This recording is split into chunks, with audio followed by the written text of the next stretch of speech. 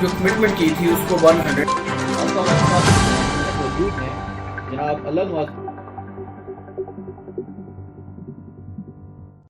अस्सलाम वालेकुम नाज़रीन, मैं हूं एडवोकेट एसएम फैज़ान और आज मेरे साथ पैनल पे मौजूद हैं जनाब नज़र अब्बास एडवोकेट। और आज का हमारा टॉपिक है कत्ल। कत्ल क्या है, इसकी इकसाम क्या है, उसकी सजाएं क्या है। जनाब Nazar Abbas sahab, welcome to the show. Thank you sir. Sir, आज हमने आपको जहमत दी है, इस हवाले से जरा हमें बताइए कि कत्ल क्या है और इसकी इकसाम क्या क्या है, जरा रोशनी डालिएगा। ठीक हो गया। सबसे पहले तो फैजान साहब, मैं आपका और आपके चैनल रिपब्लिक न्यूज़ का शुक्रिया अदा करता हूं कि आप लोगों की रहनुमाई फरमा रहे हैं, क्योंकि जो लेमैन होते हैं ना सर, क्योंकि हम एज ए बीइंग हम के लॉ स्टूडेंट या लॉयर, हमें तो ये पता होता है कि जी कौन कौन से ऑफेंसेस हैं, कौन कौन से क्राइम्स हैं अपनी कंट्री में। और जो लेमैन होते हैं ना, लाइक कह लें कि हमारी जो आम अवाम है, उनके लिए कह लें कि जी हमने रहनुमाई फरमाना और उनके लिए कोई रोशनी डालना, ये हमारे पे फ़र्ज़ है, क्योंकि सर हम लॉ के स्टूडेंट हैं और हमारी फील्ड है। आपका सर जो आज का क्वेश्चन है ना कि कत्ल क्या है, कह लें कि जी ये एक बहुत ही इम्पोर्टेंट क्वेश्चन है, क्योंकि पाकिस्तान में आम तौर पे ये होते रहते हैं। बेसिकली सर कत्ल जो है ना, कि वो उसका मतलब ये है कि जी किसी को जान से मारना। लाइक आपने किसी बंदे की जान ले ली है, डेथ कॉज कर दी है, ये सर बेसिकली आता है कत्ल में। ठीक है। इसकी बेसिकली कत्ल की टोटल 4 इकसाम हैं, जो कि कत्ल जो फर्स्ट पे आ जाती है ना, वो सर आ जाती है कि जी कत्ले अम्द है। ठीक है। सेकेंडली आ जाती है कत्ले शिबे अम्द। थर्ड जो आ जाती है वो है कत्ले खता। और फिर जो फोर्थ लास्ट है ना सर, वो आ जाता है कत्ल बिस सबब। बेसिकली कत्ल की 4 इकसाम हैं, कत्ले अम्द, कत्ले शिबे अम्द, कत्ले खता और कत्ले बिस सबब। ठीक है। तो सर ये कत्ले अम्द क्या है, रोशनी डालिए। जी सर, बिल्कुल। कत्ले अम्द कह लें कि जी नॉर्मली जो पाकिस्तान में इसको जाना जाता है वो 302 का वर्ड आपने सुना होगा। नॉर्मली कत्ले अम्द है कि किसी की डेथ कॉज करना विद इंटेंशन। अच्छा। विदाउट इंटेंशन नहीं, विद इंटेंशन। ठीक है। इसमें पीपीसी के सेक्शन 300 में इसकी डेफिनेशन बयान की गई है कि आप इंटेंशन के साथ किसी की डेथ कॉज करते हैं। ठीक है। इसकी मैं एक छोटी सी एग्जांपल देता हूं कि लाइक आपने किसी बंदे को जान से मारना है। ठीक है। आप घर से ही ये नियत करके निकले हैं कि जी आज मैंने फलां बंदे को मारना है, उसकी मैंने डेथ कॉज करनी है, ये कहने के जी कत्ले अम्द में आएगा। और इसकी 302 में पनिशमेंट सारी बयान की गई है, जो कि डिफरेंट है। फर्स्ट ऑफ ऑल इसकी जो इस्लाम के मुताबिक कह लें कि जी पनिशमेंट है ना, वो है किसास। ठीक है। जो कि मेरे ख्याल में अपने मुल्क में पाकिस्तान में कि ये एप्लीकेबल नहीं है, क्योंकि किसास एक कह लें कि जी बहुत ही खतरनाक कह लें कि जी सजा है, और ये पाकिस्तान में कह लें कि जी एप्लीकेबल नहीं है। किसास मीन ये है कि जी जान के बदले जान, खून के बदले खून, आपने सुना होगा। जी सर, इस्लाम और पाकिस्तान में कहने के ये पॉसिबल नहीं। अच्छा सर, रोशनी डालिएगा कि क्या वजूहात हैं कि ये किसास पाकिस्तान में एप्लीकेबल क्यों नहीं है। किसास सर बेसिकली एक इस्लामिक है पनिशमेंट, जिसमें कह लें कि जी खून के बदले खून। आपने बेसिकली सर आपने एक बंदे का खून किया है, लाइक आपने उसकी डेथ कॉज की है। बिल्कुल ठीक। अब जो कोर्ट या कह लें कि जी वो कैसे हम उसको डिटरमिन करेंगे कि जी जो दूसरी उसको मरते वक्त या उसकी जब डेथ कॉज हुई है, उसको कह लें कि कितनी पेन हुई थी, उसकी दर्द किन हुई है, तब कैसे डिफाइन करेंगे। ठीक।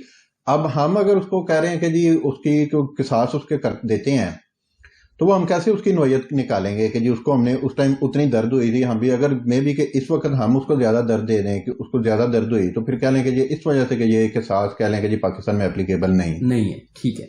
तो यानी आप ये कहना चाह रहे हैं कि यानी एक शख्स का मर्डर हुआ और जान निकलते वक्त उसने कितनी अजियत बर्दाश्त की, उसका कोई मेजरिंग लेवल, मेजरिंग कोई पैरामीटर नहीं है। बिल्कुल। उसी वजह से हाँ ये एप्लीकेबल नहीं है। और इसके बाद फिर आ जाती है कि जो कि नॉर्मली कह लें कि जी डेथ पेनल्टी आ जाती है, कोर्ट जो डिसाइड कर देती है। लाइक आम जबान में कह लें कि जो उसको फांसी का हुक्म हो जाता है। उसके बाद फिर कह लें कि जी लाइफ इम्प्रिजनमेंट आ जाता है।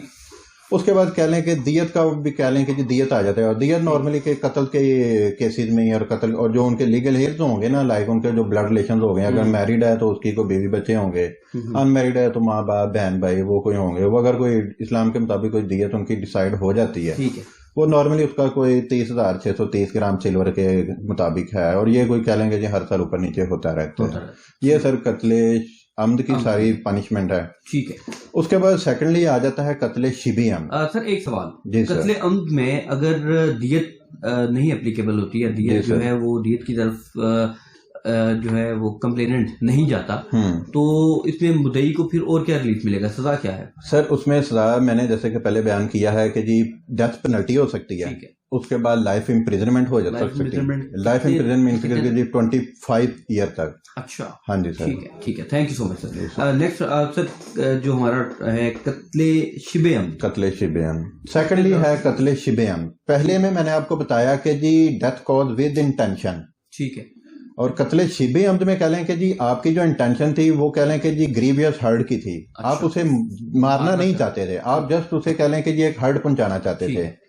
इसकी नॉर्मल एक एग्जांपल ये है कि जी दो बंदों की लड़ाई हो जाती है, ठीक है, नॉर्मली ड्यूरिंग लड़ाई एक को इतना गुस्सा आ जाता है कि जी वो कोई कह लें कि जी उसके हाथ हथौड़ा आ जाता है, कोई डंडा आ जाता है, वो दूसरे के सर पे हिट करता है। वो जस्ट उसका जो इंटेंशन थी ना वो थी उसको ग्रीवियस हर्ट पहुंचाने की, ठीक है, मगर वो इसके दौरान वो कह लें कि जो उसकी डेथ कॉज हो जाती है, कॉज अगर हो जाती है तो इसका मतलब है कि उसका इंटेंशन नहीं थी, लेकिन बिल्कुल सर इंटेंशन जो थी ना वो ग्रीवियस हर्ट पहुंचाने की, हाँ जी, लेकिन उसके नतायज में उसकी जान चली जाती है। बिल्कुल जान चली। तो ये कत्ले शिबे अमद, ये कत्ले शिबे, इसमें भी सर कह लें दियत आ जाती है। इसकी जो पनिशमेंट है ना, बेसिकली जो इसको कत्ले शिबे अमद को डिफाइन किया है वो पीपीसी के 315 सेक्शन में इसकी डेफिनेशन है और 316 में इसकी पनिशमेंट बयान की गई है।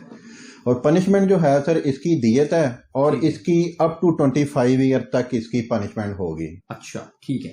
तो कत्ले खता सर क्या? कत्ले खता, बिल्कुल सर। जो कत्ल की जो थर्ड इकसाम है ना सर वो है कत्ले खता। अच्छा, इसमें कह लें कि जी आपकी ना तो इंटेंशन थी उसकी डेथ कॉज करने की, ठीक है, ना ही आपकी इंटेंशन थी उसको ग्रीवियस हर्ट पहुंचाने की, ठीक है।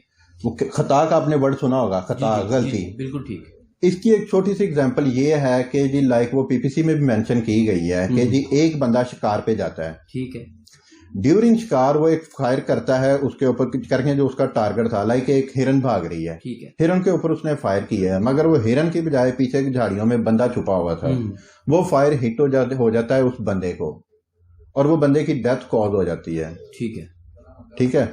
ये आ जाएगा कत्ले खता में।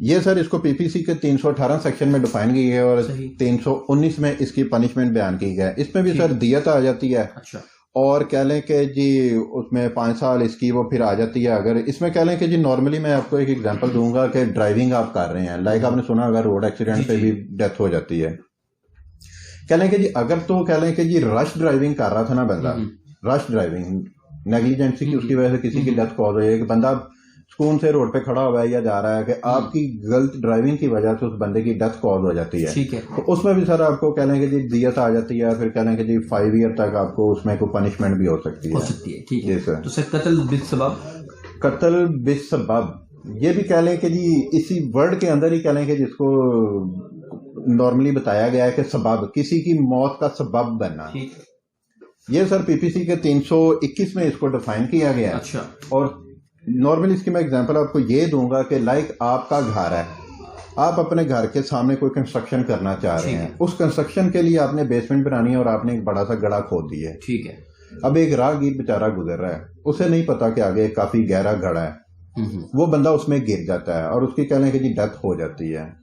इट मीन्स कि आप उसकी कत्ल की सबब बने हैं, बिल्कुल ठीक, ठीक है सर। अगर उस तरह बंदे की कोई डेथ हो जाती है तो वो कह लें कि जी वो इसकी जो कत्ल की 4th टाइप है ना वो उसमें आ जाएगा, कत्ल भी सबब के, मीन्स कि आप उस बंदे के कत्ल की सबब बने हैं, बिल्कुल ठीक। इसमें भी सर नॉर्मली उसकी पनिशमेंट कह लें कि इसमें सिर्फ दियत ही आ जाती है, दियत जो भी डिसाइड होगी जितनी भी है कहने को वो दियत की कैटेगरी में ये सारा आ जाएगा, ठीक है। ये टोटल सर हमारी 4 इकसाम की कत्ल, ठीक है। बहुत शुक्रिया सर आपके खुसूसी वक्त का, आपके कीमती टाइम का। इसके साथ ही आपका मेजबान SM फैजान एडवोकेट आपसे इजाजत चाहेगा। अपना ख्याल रखिएगा।